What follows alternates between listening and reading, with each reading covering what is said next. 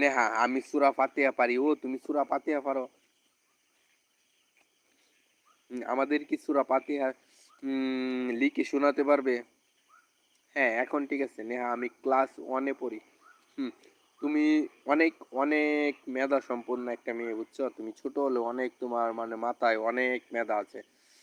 কারণ আমি যে সময় ক্লাস 1 এ পড়তাম তো ওই সময় আমি ইংলিশে ক্লাসেই লিখতে পারতাম না বুঝছো?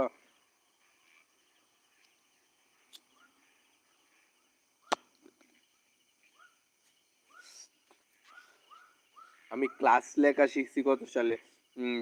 যে সময় আমি ২য় শ্রেণীতে পড়ি, 2 তে পড়ি তখন আমি শিখছি। বুঝছো? আর তুমি এত সুন্দর করে কমেন্টগুলো পড়তে পারো আর আমি যে সময় ক্লাস রুট আ ২য় শ্রেণীতে পড়ি, 2 তে পড়ি ওই সময় আমি বানাম করে পড়তে পারতাম বুঝছো? আমি ওই সময় রিডিং করতে পারি নাই। আমি 2 র মাঝামাঝি সময় ওইটা হালকা রিডিং করতে পারছি। যে সময় 3 তে উঠছি ওই সময় আমি ফুল রিডিং করতে পারছি বুঝছো? কিন্তু তুমি ক্লাস 1 এ থেকে অনেক কিছু পারো। তোমার মাথাটার মাধ্যমে খালি শুধু মজক আর মজক।